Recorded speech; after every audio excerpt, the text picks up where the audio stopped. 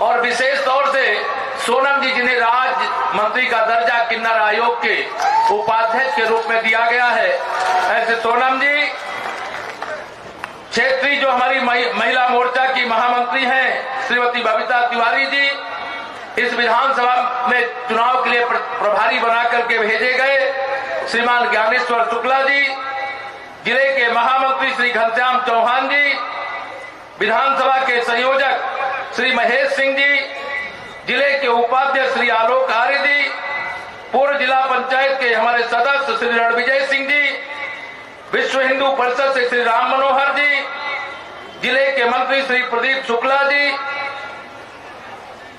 जिला पंचायत के सदस्य द्वय श्री बद्री प्रसाद जी, विजय कुमार पांडे, बप्पू फाइटर जी, भारतीय जनता पार्टी के वरिष्ठ नेता रामचंद्र मिश्र जी, जिला अध्यक्ष महिला मोर्चा श्रीमती रेखा निषाद जी और हमारे साथ विधानसभा में लगातार जो लम्हुआ से प्रतिनिधित्व करते थे और बहुत ही विद्वान नेता के रूप में पार्टी का काम करने के देवमणि दुबे जी, आप भी यहाँ पर विराजमान हैं। मैं ऐसे अपने सभी मंच पर अन्य सभी वरिष्ठ नेता सामने बैठे हुए, चाहे पन्ना प्रमुख हो, चाहे बूथ के अध्यक्ष हो, चाहे हमारे शक्ति केंद्र या मंडल के या जिले के किसी स्तर के मेरे कार्यकर्ता साथी हैं, मैं ऐसे सभी साथियों को, आदरणीय शैलेंद्र सिंह जी हमारे एमएलसी, उनका नाम छोड़ गया था, आदरणीय शैलेंद्र सिंह जी, और यहाँ मंच पर और सामने बैठा हुआ यह विशाल जनसमूह, मैं आप सबसे कहने के लिए आया हूं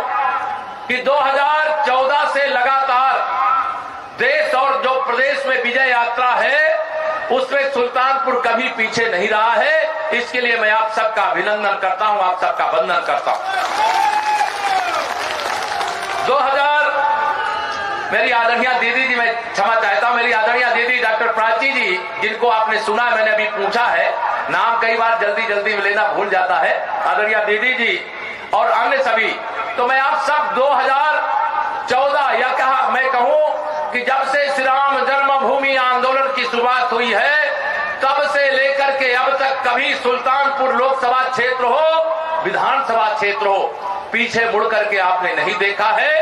आप सबको मैं यह निवेदन करना चाहता हूं, आप सब 2022 के चुनाव में यह इसौली विधानसभा ऐतिहासिक सीट है और इस सीट पे कमल पिछली बार खिलता, वैसे हमने कोई भेदभाव किए बगैर जैसे जहां भाजपा का कमल खिला था उसका भी विकास किया है और यहां के विधायक के माध्यम से कभी एक भी मांग किए बगैर हमने इसौली विधानसभा क्षेत्र में, चाहे ओम प्रकाश पांडे बजरंगी जी हो, चाहे पूर्व मंत्री जी हो, चाहे मंच पर बैठे अन्य सभी वरिष्ठ नेता हो, जो भी बताया है वह काम यहां पर हम लोगों ने करने का काम किया है और उसका लाभ आप सब लोगों को मिला है।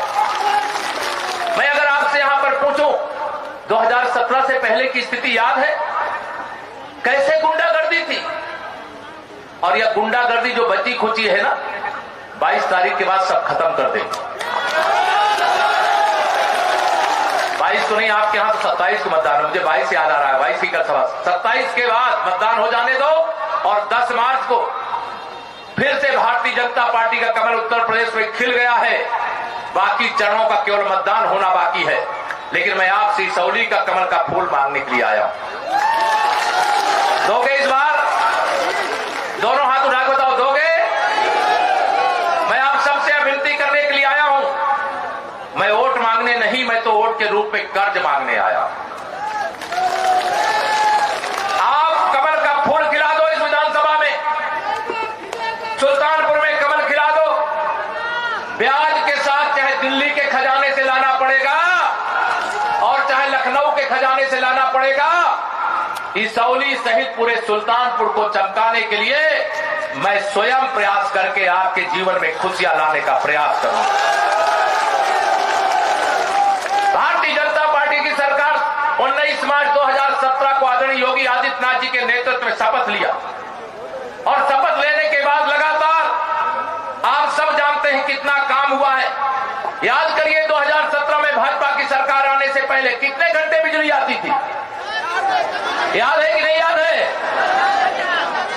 आपको मैं ये इसलिए याद दिला रहा हूं कि जब ज्यादा बिजली आने लगती है तो पीछे वाली बात लोग भूल जाते हैं। पहले और आज समाचार यह आता है कि बिजली जाती है कि नहीं? अंतर है। पहले ट्रांसफार्मर अगर जल जाए तो चाहे खेत सूख रहा हो, चाहे आप गर्मी में पूरी तरह से पिघल रहे हो, लेकिन ट्रांसफार्मर कितने दिन में लगता था पहले? बिना पैसा दिए, दक्षिणा दिए लगता था क्या? लेकिन जब से आपने कमल खिलाने का काम किया, आपने खिलाया है, थोड़ा सा बकाया रह गया तो इस बार अदा कर दो आप। जब से कमल खिला है यूपी के अंदर, आप बताइए 48 घंटे से ज्यादा लगता है क्या ट्रांसफार्मर आपके पास आने में? लो वोल्टेज रहता है क्या? बताओ, कहीं रहता है क्या? अब पहले मेरे किसान के खेत सूख जाते थे, प्रतीक्षा कर रहा है रात रात दिन दिन।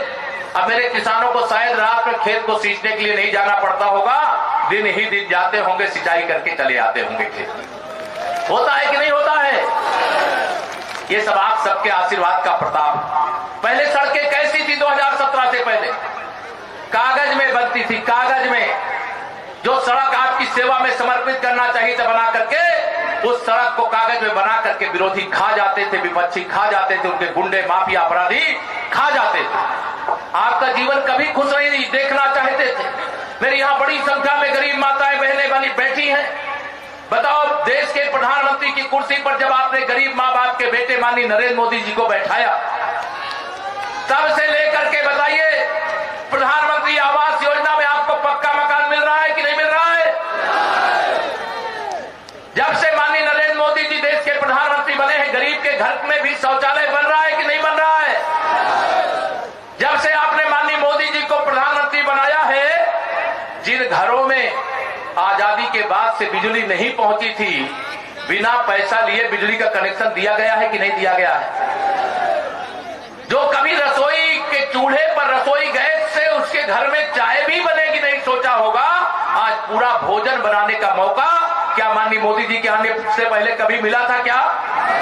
या तो जागीर समझते थे सुल्तानपुर से लेकर के अमेठी से लेकर रायबरेली तक, जिनकी 4-4 पीढ़ियों तक सरकार रही। लेकिन आज भी यहाँ समस्याएं जो बची हैं, वह किनके कारण बची है? चाहे वो कांग्रेस हो, चाहे सपा हो, चाहे बसपा हो, ये सब एक ही थैली के चट्टे बट्टे हैं। गरीबी हटाओ का नारा देंगे और गरीबी हटाओ के नाम पर योजना बनाएंगे। योजना बना करके गरीब तक पहुंचाने की जगह स्वयं खा जाते हैं और इनके नेता खा जाते हैं, इनके भ्रष्टाचारी, इनका गैंग खा जाता। मैं आप सबको आज यहां पर कहने के लिए आया हूं, 3 चरण का चुनाव हो गया है और 3 चरण के चुनाव में ही साइकिल उड़ करके सैफई चली गई है। जाना चाहिए कि नहीं उसको सैफई? 14 चरण का चुनाव होने वाला, यहाँ 22 को है ना, 27 को, अच्छा यहाँ 27 को, 22 को कल वोट पड़ने वाला, 23 कल वोट पड़ने वाला है। सैफई नहीं, आप ध्यान रखना, आप सबका जैसा आशीर्वाद मिल रहा है, उस आशीर्वाद के प्रताप से मैं पूरे विश्वास से कह सकता हूं कि 10 मार्च को 11 बजे सपा बसपा कांग्रेस का 12 बज जाएगा। और ये साइकिल उड़ करके अभी सैफई गई है, यहां से उड़ते उड़ते उड़ते बंगाल की खाड़ी चली जाएगी। जाएगी कि नहीं? भेजोगे कि नहीं भेजोगे? और बहन मायावती जी का हाथी उड़ करके कहां जाएगा? बंगले में उनके पहुंच जाएगा। और जो हाथ का पंजा लिए घूम रहे हैं, वो अपने ननिहाल नानी के घर चले जाएंगे। जाएंगे कि नहीं जाएंगे? इनके पास तो कोई बचा नहीं। मैं आज यह जो लड़ाई है, ये गरीबों की खुशहाली के लिए है, गरीबों के जीवन में खुशियां पहुंचाने के लिए है। गरीबों को जो मदद हम लोगों ने 5 साल में उत्तर प्रदेश की सरकार आने के कारण किया है, अभी तो झांकी है, अभी तो पूरी पिक्चर बाकी है। 10 मार्च के बाद दूसरी पारी शुरू होगी, तो दूसरी पारी शुरू होते ही मेरे माननीय प्रधानमंत्री जी को, मैं तो उनको बार बार नमन करता हूं, सबसे ज्यादा गरीबों की चिंता उनको हर समय रहती है। सबसे ज्यादा चिंता माताओं बहनों की रहती है, सबसे ज्यादा चिंता उनको किसानों की रहती है, सबसे ज्यादा चिंता उनको नौजवानों की रहती है। उनको लगता है मेरा भारत आत्मनिर्भर बनेगा तो मेरे नौजवानों को रोजगार मिलेगा, उनकी कमाई बढ़ेगी। माताओं बहनों के लिए जब कोरोना का इतना बड़ा संकट आया, इस संकट के समय जब रोज कमा करके, चाहे वो छोटा व्यापार करते हो, चाहे मजदूरी करते हो, कोई कारोबार करते हो, जब रोज कमा करके पेट की आग शांत करना मुश्किल था तो माननीय प्रधानमंत्री जी ने प्रधानमंत्री गरीब कल्याण अन्न योजना के माध्यम से बताइए आप तक राशन पहुंचाने का काम हुआ है कि नहीं हुआ? दोनों हाथ उठाए बताइए, हुआ है कि नहीं हुआ है? माननीय प्रधानमंत्री जी को सबसे ज्यादा चिंता आपकी रहती है। और अब राशन के साथ में कुछ और भेजा जा रहा है, दाल भी, तेल भी, चना भी, नमक भी, वो भी मिल रहा है कि नहीं मिल रहा है? अब गांव-गांव में लोग कह रहे हैं कि भैया हमने तो नमक खाया है, हम तो कमल खिलाएंगे। तो सपा वालों की छाती पड़ जाती है, उनको लगता है कि ये कैसे कह दे रहे हैं। अरे अगर गरीब की सेवा तुमने किया होता तो गरीबों का श्राप नहीं लगा होता। श्री अखिलेश यादव जी, आपने गरीबों को दुखी किया है, उन गुंडों और अपराधियों का संरक्षण करके उनकी जमीनों पर कब्जा करवाने का काम किया है। जो गांव-गांव में सरकारी जमीनें थी जिस पर गरीबों का पक्का मकान बनना चाहिए था, वहां तुम्हारे गुंडों ने अवैध रूप से कब्जा करके रखने का काम किया है। अभी पहली पारी में 2017 से 2022 में अभी बड़े बड़े माफियाओं के घरों में तो बुलडोजर चल गए, वह जमीनें खाली करा करके वहां गरीबों का मकान बनना शुरू हो गया। लेकिन अभी इनके गुर्गे गांव-गांव में बैठे कि नहीं बैठे हैं? अभी हम लोग संकल्प पत्र लेकर के आए हैं कि 10 मार्च के बाद क्या करेंगे। तो 10 मार्च के बाद गांव-गांव में कैंप लगाएंगे, सरकार के सारे अधिकारी गांव-गांव जाएंगे। जिन गरीबों को सपा सरकार के समय 300 गरीब मिल सके 300 रुपए महीना पेंशन मिलती थी, चाहे वो हमारी विधवा माताएं बहनें हो, चाहे बुजुर्ग हो, और चाहे मेरे दिव्यांग भाई बहन हो, उनको हमारी सरकार ने 2017 से 2022 में 1000 रुपया महीना देना शुरू किया। दिया है कि नहीं दिया है? लेकिन माननीय प्रधानमंत्री जी ने कहा 1000 भी कम है, 1000 से काम नहीं चलेगा। मेरे सभी तीनों वर्ग के लोगों की पेंशन बढ़ा करके 10 मार्च के बाद 1500 रुपया महीना देना शुरू करिए। और 10 मार्च के बाद ये शुरू होने वाला है। और माताओं बहनों की कितनी चिंता मैं बताऊं आपको। 10 मार्च को 11 बजे सपा बसपा कांग्रेस का 12 आप बजाने वाले हो, मुझे विश्वास है। माननीय प्रधानमंत्री जी ने कहा है होली आ रही है, थोड़ी महंगाई इधर है, मेरी माताओं बहनों को मैंने फ्री में गैस का कनेक्शन दे दिया है, सिलेंडर दे दिया है, 500 रुपया महीना जो जनधन खाता है उसमें भी भेज रहा हूं। लेकिन फिर भी होली है तो गुजिया बनानी पड़ेगी ना। तो क्या करना है? तो माननीय प्रधानमंत्री जी ने कहा कि सरकार बनने के तत्काल बाद एक भरा हुआ गैस का सिलेंडर सरकारी पैसे से मेरी माताओं बहनों को होली से पहले पहले भिजवा देने का काम करिए। और यही नहीं माने, उन्होंने कहा होली के बाद दिवाली भी आती है, एक होली पे और एक दिवाली पे सरकार के द्वारा जिनको प्रधानमंत्री उज्ज्वला योजना में गैस का कनेक्शन मिला है उन गरीबों को सरकार की ओर से साल में 2 सिलेंडर भरा हुआ भेजने का काम किया जाएगा। अब यहां मेरे बहुत सारे अन्नदाता किसान बैठे होंगे। माननीय प्रधानमंत्री जी को चिंता मेरे किसानों की रहती, जब तक किसान की आमदनी नहीं बढ़ेगी, जब तक उसके जेब में पैसा नहीं आएगा, तब तक मेरा देश प्रदेश खुशहाल नहीं हो सकता। तो माननीय प्रधानमंत्री जी ने कहा अभी मेरे बहुत सारे किसानों ने अपना निजी नलकूप लगा के रखा है खेतों में सिंचाई करने के लिए। अगर सिंचाई नहीं होगी तो अन्न कैसे पैदा होगा, लोग कैसे भोजन करेंगे? तो उन्होंने आदेश दिया कि इस बार के संकल्प पत्र में यह सुनिश्चित करिए कि 10 मार्च के बाद जिन किसानों ने अपने नलकूप लगा करके अभी बिल देना पड़ रहा है उनका बिल भी सरकार अदा करे और किसानों को बिजली का बिल सिंचाई के लिए नहीं देना पड़ना चाहिए। और तीसरा ऑर्डर क्या किया है? उन्होंने कहा है बेटी बचाओ बेटी पढ़ाओ। किया है कि नहीं किया बताओ? अब बताओ, बेटियों का कभी बोझ बनती है क्या? पहले बोझ लोग, बेटी पैदा हुई तो पैदा होते ही चिंता हो जाती थी इसको कैसे पढ़ाएंगे लिखाएंगे, कैसे इसकी शादी करेंगे, होता था कि नहीं होता था? लेकिन आपने जब 2017 में कमल खिलाया, आदरणीय योगी आदित्यनाथ जी के नेतृत्व में एक बेटी के विवाह में 51,000 रुपया, मजदूरों के बेटी के विवाह के लिए अलग से व्यवस्था। लेकिन प्रधानमंत्री जी ने कहा 51,000 कम है, महंगाई बढ़ गई है, क्या किया जाए? तो उत्तर प्रदेश भारतीय जनता पार्टी को उन्होंने आदेश दिया कि 10 मार्च के बाद अगर किसी बिटिया के हाथ पीले करने हैं तो उसके शादी के लिए सरकारी खजाने से 1 लाख रुपया देने का काम किया जाए।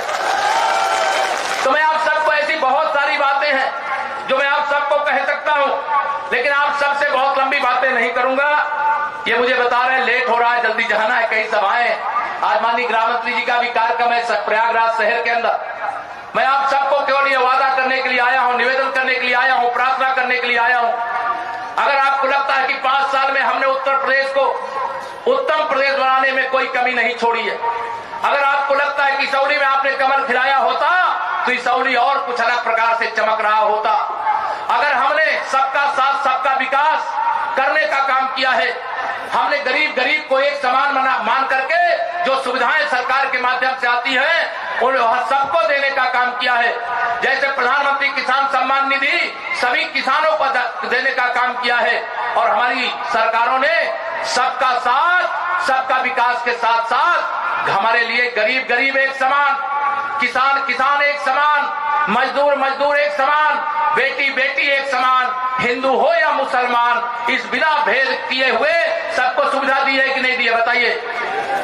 तो आने वाली 27 तारीख को आप सबको हाथ जोड़ करके प्रणाम करके प्रार्थना करके जा रहा हूं। मुझे वोट के रूप में जो मैं कर्ज मांगा हूं वह कर्ज आप कमल के फूल को खिला करके दीजिए, क्योंकि आप सब जानते हैं विकास के लिए लक्ष्मी जी की जरूरत है। जरूरत है कि नहीं, पैसे की जरूरत है कि नहीं जरूरत है। और लक्ष्मी जी साइकिल में बैठ करके नहीं आएंगी, साइकिल में बैठ करके गुंडे आ सकते हैं, अपराधी आ सकते हैं, अपहरणकर्ता आ सकते हैं।